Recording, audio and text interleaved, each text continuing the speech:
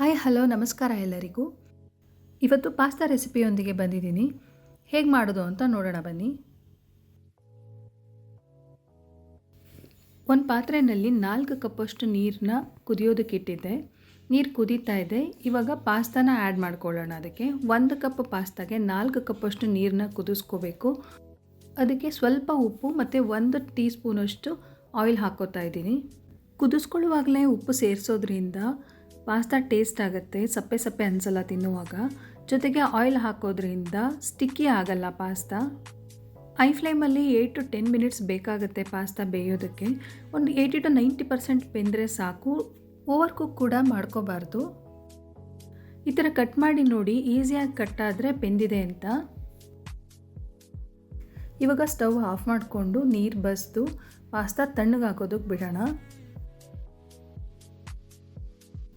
ಇವಾಗ ಮೇಲೆ ಸ್ವಲ್ಪ ತಣ್ಣೀರು ಹಾಕೋಣ, ಅದು ಕುಕ್ಕಿಂಗ್ ಸ್ಟಾಪ್ ಆಗುತ್ತೆ. ಇಲ್ಲಾಂದರೆ ಆ ಬಿಸಿಗೆ ಮತ್ತೆ ಪಾಸ್ತಾ ಬೆಂದು ಮೆತ್ತಗಾಗ್ಬಿಡತ್ತೆ.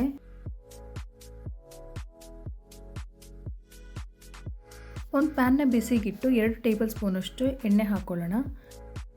ಎಣ್ಣೆ ಬಿಸಿ ಆದಮೇಲೆ ಸಣ್ಣಗೆ ಹೆಚ್ಚಿರೋ ಬೆಳ್ಳುಳ್ಳಿ ಹಾಕ್ಕೊಳ್ಳೋಣ. 1 ನಿಮಿಷ ರೋಸ್ಟ್ ಮಾಡ್ಕೊಳ್ಳೋಣ, ಘಮ ಚೆನ್ನಾಗಿ ಬರುತ್ತೆ. ಇವಾಗ ಒಂದು ಚಿಕ್ಕದಾಗಿ ಹೆಚ್ಚಿರೋ ಈರುಳ್ಳಿ ಹಾಕೋತಾ ಇದ್ದೀನಿ. ಇದನ್ನು ಕೂಡ 1 ನಿಮಿಷ ಬಾಡಿಸ್ಕೊಳ್ಳೋಣ. ಈರುಳ್ಳಿ ಟ್ರಾನ್ಸ್ಪರೆಂಟ್ ಆಗ್ತಾ ಇದೆ. ಇವಾಗ ಇದಕ್ಕೆ 1 ಹೆಚ್ಚಿದ ಟೊಮೆಟೊ ಸೇರಿಸ್ಕೊಂಡು ಫ್ರೈ ಮಾಡ್ಕೊಳ್ಳೋಣ.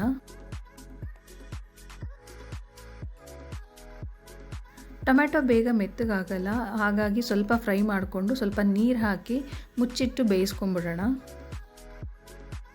ಲಂಚ್ ಬಾಕ್ಸ್ಗೆ ಮಾಡಬೇಕಂದ್ರೆ ಈ ತರಕಾರಿಗಳನ್ನೆಲ್ಲ ಕುಕ್ಕರಲ್ಲಿ 1 ವಿಷಲ್ ಹಾಕಿಸ್ಕೊಂಡು ಮಿಕ್ಸ್ ಮಾಡಿಕೊಂಡ್ರೆ ಬೇಗ ಆಗುತ್ತೆ. ಲಂಚ್ ಬಾಕ್ಸಿಗೆ ರೆಡಿ ಮಾಡುವಾಗ ತರಕಾರಿ ಎಲ್ಲ ಓಪನ್ನಾಗಿ ಬೇಯಿಸೋದಂದರೆ ಸ್ವಲ್ಪ ಟೈಮ್ ತಗೊಳುತ್ತೆ. ಹಾಗಾಗಿ ಕುಕ್ಕರಲ್ಲೇ ಬೇಯಿಸ್ಕೊಂಡ್ರೆ ಬೇಗ ಆಗುತ್ತೆ. ನಾನಿವಾಗ ಇದಕ್ಕೆ ಸ್ವಲ್ಪ ಕ್ಯಾರೆಟ್ ಮತ್ತು ಸ್ವಲ್ಪ ಬೀನ್ಸ್ ಹಾಕ್ಕೊಂಡು ಬೇಯಿಸ್ಕೊತಾ ಇದ್ದೀನಿ. ಇದಕ್ಕೆ ಮಶ್ರೂಮ್, ಕಾಲಿಫ್ಲವರ್, ನಿಮ್ಗೆ ಇಷ್ಟವಾದ ತರಕಾರಿ ಯಾವ್ದು ಬೇಕಾದ್ರೂ ಸೇರಿಸ್ಕೋಬೋದು. ಜೊತೆಗೆ ಪನ್ನೀರ್ ಕೂಡ ಆ್ಯಡ್ ಮಾಡ್ಕೋಬೋದು.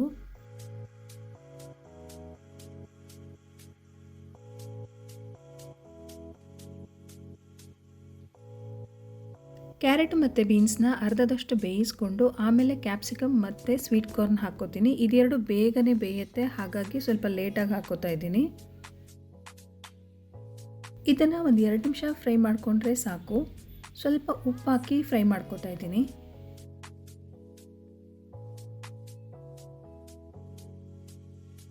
ಫ್ರೈ ಮಾಡ್ಕೊಂಡಿದ್ದಾಗಿದೆ. ಇವಾಗ ಇದಕ್ಕೆ ಬೇರೆ ಮಸಾಲೆಗಳನ್ನ ಸೇರಿಸ್ಕೊಳ್ಳೋಣ. 1 ಸ್ಪೂನ್ ಖಾರದ ಪುಡಿ ಸೇರಿಸ್ಕೊತಾ ಇದ್ದೀನಿ. ನೀವು ಖಾರ ನೋಡಿ ಹಾಕ್ಕೊಳ್ಳಿ. 1/4 ಸ್ಪೂನಷ್ಟು ಅರಿಶಿನ, 1/4 ಸ್ಪೂನಷ್ಟು ಪೆಪ್ಪರ್ ಪೌಡರ್ ಹಾಕಿ ಮಿಕ್ಸ್ ಮಾಡ್ಕೊತಾ ಇದ್ದೀನಿ.